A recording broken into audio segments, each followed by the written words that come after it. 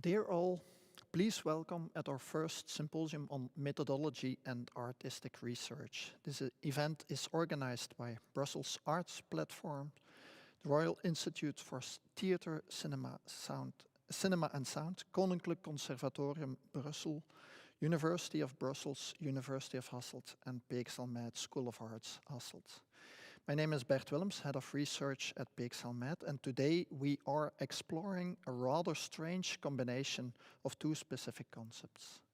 Method, on the one hand, is associated with repetition, standardized procedures that can be subdivided, clearly positioned in the realm of reason. It worked before, so why not do it again?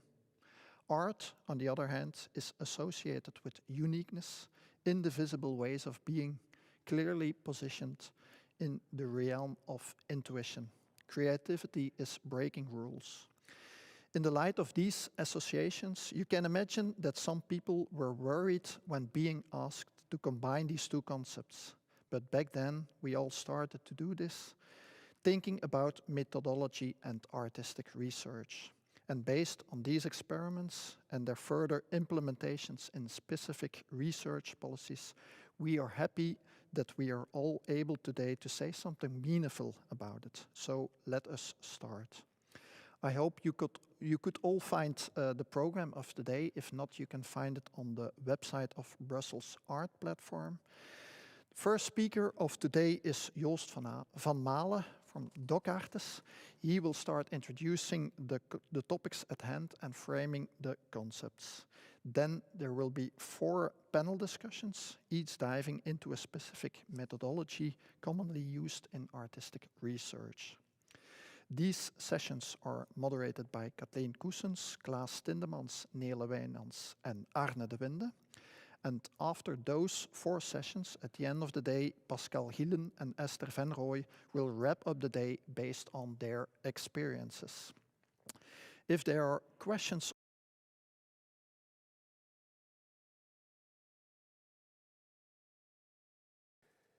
Dear members of the organizing committee, dear colleagues, dear students and participants in this stream of life. Thank you very much for inviting me to introduce this study day, but I feel that at the opening of this event, I must start with nothing less than a confession, namely the following one. I have no fixed or pre-established methodology, strategy, or method for giving introductions at symposia and study days. It may be a bit late to entrust you and the members of the organizing committee with this apparent miscast, but I can probably be a bit more specific about this particular situation that I find myself in right now. By stating that I have no fixed or pre-established methodology at my disposal, I mean to convey that I have no privileged access to a field of expertise that compares different processes, approaches, and philosophies to introducing study days. From that, it follows that in designing this introduction, I was not able to pre-select from such an overview the unique or perfect approach that would most appropriately fit this occasion. With having no fixed strategy, I mean to indicate that I do not have a specific and universal route or a series of techniques that I always tend to lean on when introducing a topic or theme at a study day or symposium. And finally, by having no fixed method or methods in plural, I refer to the fact that I do not have ready-made specific techniques or actions that I can come up with when thinking of an introduction such as this one. Techniques that would help me to determine the topic, to collect ideas, and to process and develop them. Stating that I have no fixed or pre-established methodology, strategy, or method to deliver an introduction does not mean, however, that I'm completely helpless with regard to the problem of introducing, or what I would call in a more generic sense, the problem of beginning. As far as beginning, and especially designing a beginning is concerned, I can count, as you all can, on the inborn capacity of Homo sapiens to look ahead and to plan and to structure. I also have some field experience, but still, every event seems to be different and situated in terms of allocated time, preparation time, goal, audience, knowledge of the topic, etc. This adventurous situation has at least two sides. On the one hand, having no clear-cut methodological framework has in some cases at least the potential to drive you to mild forms of madness or panic, waking up in the middle of the night, wondering how you will tackle a particular situation. But on the other hand, it's also an exciting and challenging situation that produces a particular and focused energy, as it keeps you on your toes, always on the look for new points of entry or insight.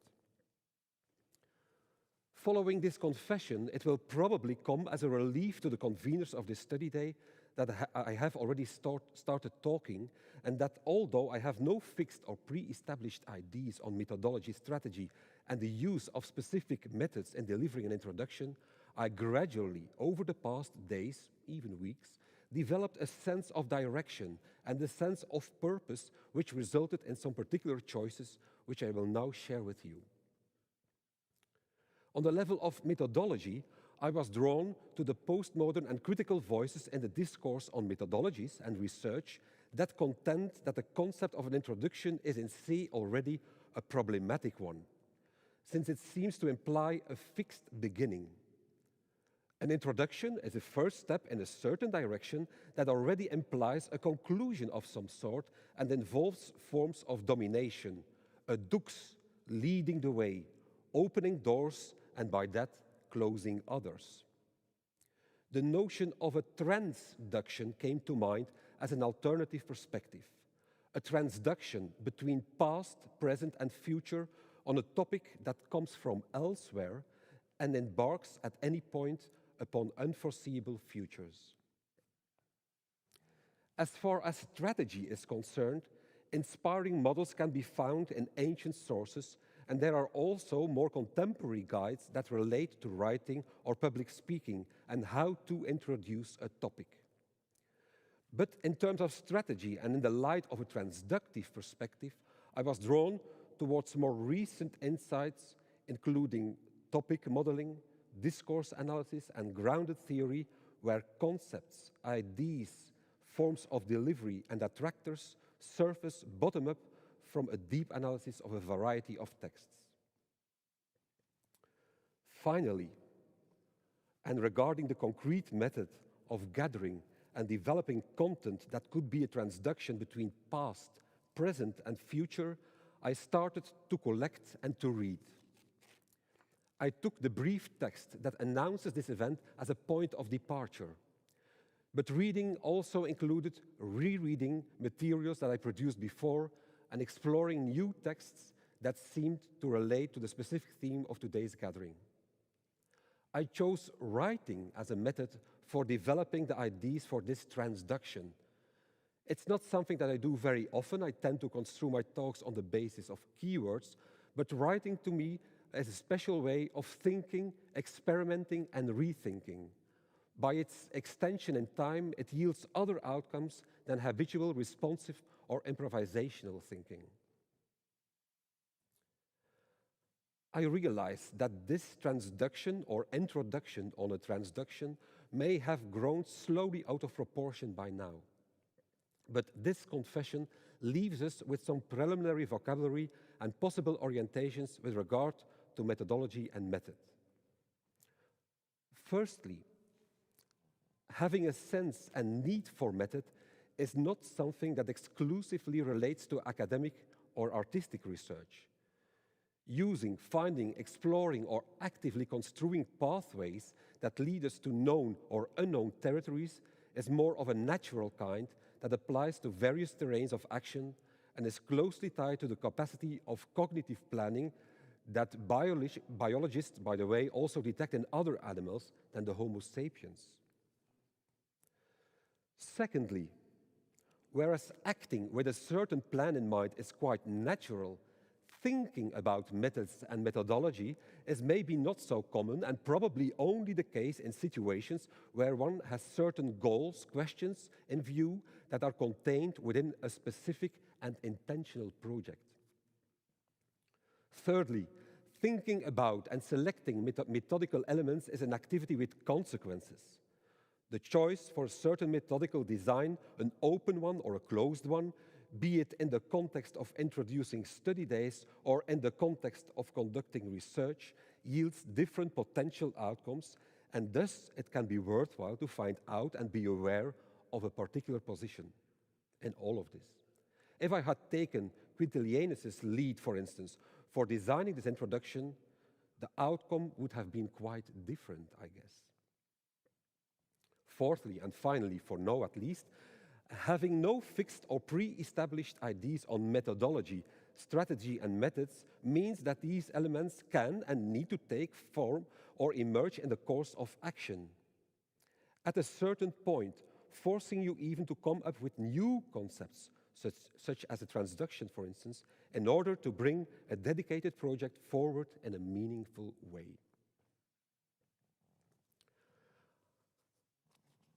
Following this confession and sharing with you my approach to introducing a topic, I come to the core of the symposium and to one of the themes that suggested itself to me by the frequent use of the preposition versus in the text that announces this event.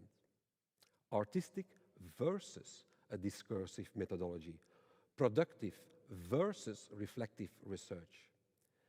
It is the theme of relation, where versus points to a relation of conflict, a standoff with a potential winner or with no winners at all in the case of a status quo. Further on, we find three small connecting words in the title for this study day that also refer to a specific type of relation or connection.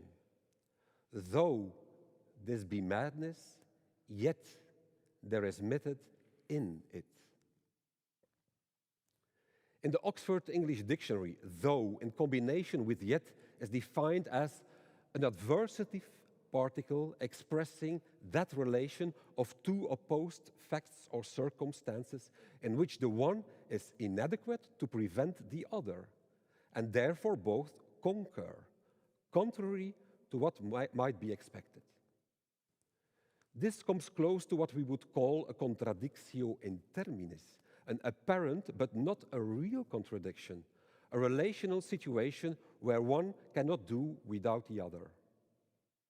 This close link is even stronger articulated by the preposition in. Method, then, is considered to intrinsically belong to madness.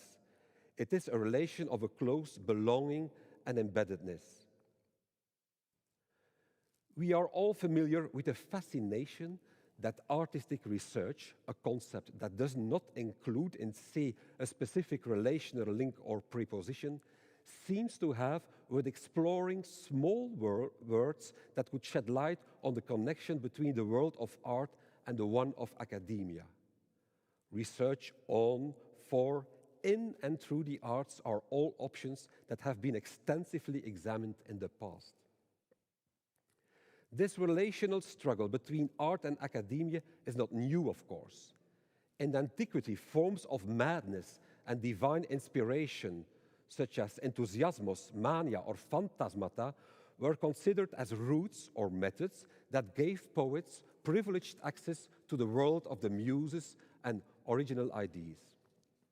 These Greek terms later evolved into the concept of genius, where Immanuel Kant famously made a clear distinction between the genius-driven methodlessness of the arts and the predictable and method-laden world of scientists. This is not a place to recount the history of ideas related to the semantic spectra that surround the notions madness and method, but coming back to our transductive intention, we can explore how versus in and though, the words used to frame this event, can be considered as connectors that can be related to different attitudes in artistic research that nowadays coexist and operate along a spectral continuum. The first attitude in artistic research focuses on versus and a situation of radical and functional separation and quarantine. It is a perspective where both the field of academia on the one hand and the field of artistic action on the other live in a state of splendid isolation and specialization. From this romantic and Kantian point of view, artistic practice has immediate access to a privileged world of ideas and creation and should stay far away from terrains that have in their denomination the word logic. A potential opening to artistic research is one where it is stated that practice is research, that the arts produce specific kinds of knowledge that are qualitatively different from activities in academia, that this knowledge is embodied in the artworks that are produced, and that ultimately any infiltration of academic vocabularies or procedures would harm, endanger, and even violate this specific contribution to human understanding. The second attitude in artistic research I would link to the connectors though and in. Where the previous orientation was a Kantian one, we could call this perspective, in line with the title of the conference, a Shakespearean attitude. It is represented by, again, another preposition, the concept of practice as research. If artists look in the mirror of academia, they see that their specific practical activities, such as sketching, drawing, rehearsing, can take on a new life within a research environment and context, and that more generic activities, such as, for instance, collecting, experimenting, concepting, have a close connection to activities that are deployed in academia, and that, therefore, it can be enriching to reflect on these connections and function of the development of artistic practices. Taking the in and though a step further, we encounter a third of archetypical movement in artistic research where mirrors are turned into windows. Windows that are not only used to look through, but also serve as access to enter extra and transdisciplinary fields and to exchange ideas and processes. Here, the researchers show a keen interest in the connection between art and academia and value the eclectic relations with other research disciplines and the methods prevalent in those disciplines. By its generous openness, this movement is both vulnerable and full of potential. It is vulnerable because of the danger of one-sided domination of established research practices, and it's full of potential because of the refreshing energy that opening windows can engender. By sketching this continuum of possibilities that connects art to research via a number of textual connectors, we end up with a view of an almost unlimited terrain that seems to be connected by only one element, one recipe for action that is specific to artistic research, namely that in artistic research, the research is done through artistic practices, another preposition. Artistic research methods need to include elements of practice in the narrow or broad sense in order to be qualified as artistic research. But is this enough as a guide in the future of artistic research? And how does this state of abundance relate to a second topic of interest that speaks loudly from the text that you'll find in the flyer and is embedded in the following sentence? Quote, "It is very useful to take a closer look at and interpret the methodological bottlenecks for artists as researchers from a pedagogical point of view," unquote. I wondered what these bottlenecks at a pedagogical level could be, and if one of them could be related to a state of affairs where, on methodological level, almost anything seems to go. A situation which is, not unlike designing an introduction without clear methodology, quite challenging and very difficult to navigate through. This so-called methodological pluralism or eclecticism presents itself indeed as an open, but at the same time daunting open space with hardly any points of reference. In the Facebook version of the announcement for this event, I noticed a separation between method and ology by a slash, suggesting that method and logos do not need to be intrinsically linked. In the foreword of the English version of Mille Plateaux by Deleuze and Guattari, Brian Masumi summarizes some of the author's thoughts on the difference between logos and nomos. Quote, nomad space, nomad land, is smooth or open-ended. One can rise up at any point and move to any other. Its mode of distribution is the nomos, burying oneself in an open space, as opposed to the logos of entrenching oneself in a closed space, unquote. It is an idea that would require further investigation and substantiation, but given these insights, probably a case could be made for the statement that artistic research is more related to a state of methodonomy rather than a methodology. An open space where no particular boundaries or limitations are set, besides a central place for artistic practice, and where one has to set out an individual and tailor-made trajectory in close relation to particular research questions or interests over and over again. Masumi further connects the space of the nomos to the one of air, whereas the logos is related to the space of earth.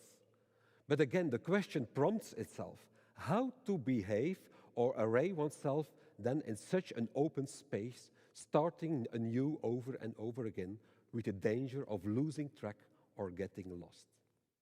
I relate this question to Immanuel Kant's remark in the Critique of Pure Reason, quote, the light dove in free flight, cutting through the air, the resistance of which it feels, could get the idea that it could do even better in airless space, unquote. We do not act in a complete vacuum, I think, given the centrality of practice. But this image suggests that some kind of resistance or order is needed to support and to allow for free and creative flights.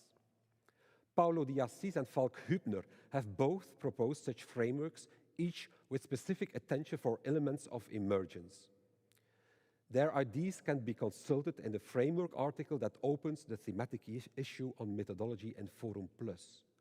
But I would like to add here another option, one that keeps with the notion of a methodonomy, of an open space, but also indicates topoi, a term borrowed from ancient rhetoric studies, but here understood as strategic and fertile places in a methodological landscape that do not limit any terrain, but are, by their nourishing qualities, frequently visited by artist researchers.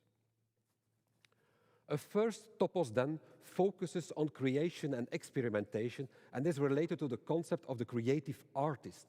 Within this topos, artist researchers enrich the field of musical practice by focusing on the production of new artifacts or events. It's an action-based, hands-on topos that is closely and implicitly connected to the experimental and creative habitus of the musician craftsman. This topos is concerned with the artistic material itself, which evolves into an artistic product by activities such as drawing, writing poetics, composing, writing a film script, developing a dance production or a performance. A second topos, or frequently visited place in artistic research methodology, does not focus on the product, but rather on the artistic process and the tacit or embodied knowledge implicit in the creative act. It is the topos of reflection and can be related to the image of the mirror that we encountered in a previous phase of this transduction. Within this topos, the intention is to scrutinize and verbalize via a process of self-reflection specific methods.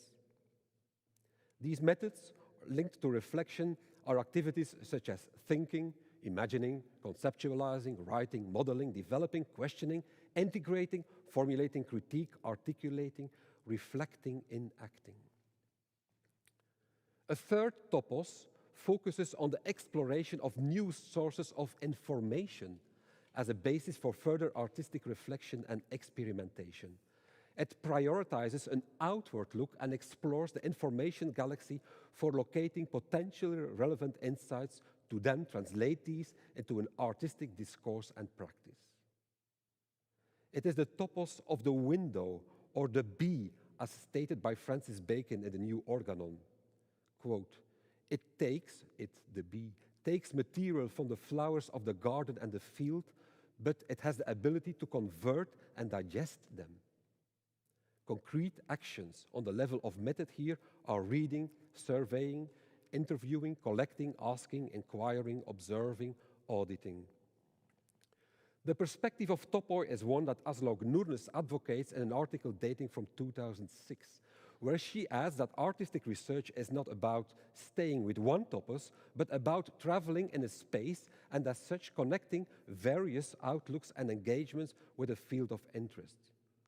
Artistic research in this view should always be about finding a balance between topoi. Artistic research is research that combines experiment with reflection and information, and by that moves beyond the private sphere of experience and creation. In a topical approach to artistic research, it's not about one topos versus the other, but about connecting various strategic outlooks and engagements with regard to certain questions and interests in order to gain new insights. The topical approach at a strategic level of artistic research, which is, by the way, always open to additional topoi, is situated between openness and systematicity. It does not provide researchers or students with ready-made methods or a closed methodology, but offers an instrument to make up their own research design and to situate the methods that they need to use or to craft in order to address their questions or particular interests. This balance between openness and systematicity brings me to the future of artistic research and its methodology, or methodonomy, as I would suggest to name it. It is often mentioned that artistic research is a young discipline, a qualification that implies that one day artistic research will naturally evolve into a mature discipline that teaches and disciplines its disciples with clear-cut solutions. Is this the route we want to follow as a community of researchers? Or do we want to stay forever young? Or do we favor an in-between position, drawing on and sharing experiences in the field and being forever open to new and often rebellious perspectives by artists themselves? It is my view that artistic research has fruitfully weathered a first wave of discursive domination and disciplining.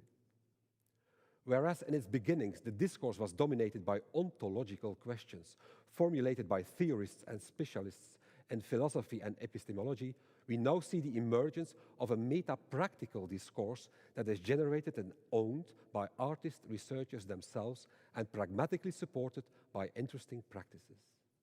To me, at least, these are signals that we are slowly heading towards a balanced in-between situation where identity, freedom, and constraint counterbalance and energize each other in function of a long-standing youngness.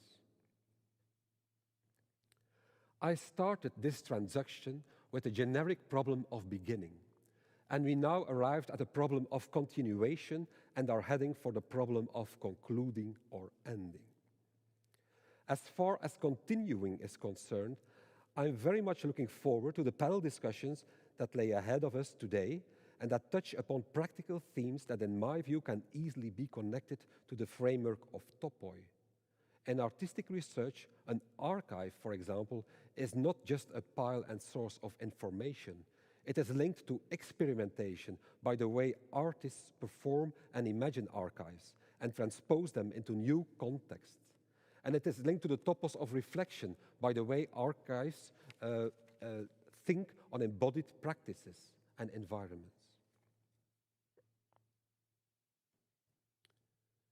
In terms of conclusion, I could not help to notice that the conveners of this event cautiously expressed the hope that at the end of this study day, quote, perhaps a beginning of a solution can be found, unquote. The beginning of a conclusion is a combination that brings, referring to the opening of this talk, two postmodern zones of problematicity in close proximity to each other. And I'm happy to leave the perspective on this daunting task in the capable hands of Pascal Gillen and Esther Venrooy at the end of this day. However, I cannot help to be reminded of the recent remark of one of the doctoral students in Descartes, who after 1 year of doctoral studies was asked about some interim conclusions. The student humbly but decisively answered, I do not think I have any conclusions yet, but what I do have is better questions, and for me that feels already like progress. I wish you all a study day full of questions and inspiring perspectives on those questions, and I thank you all very much for your distant and close attention.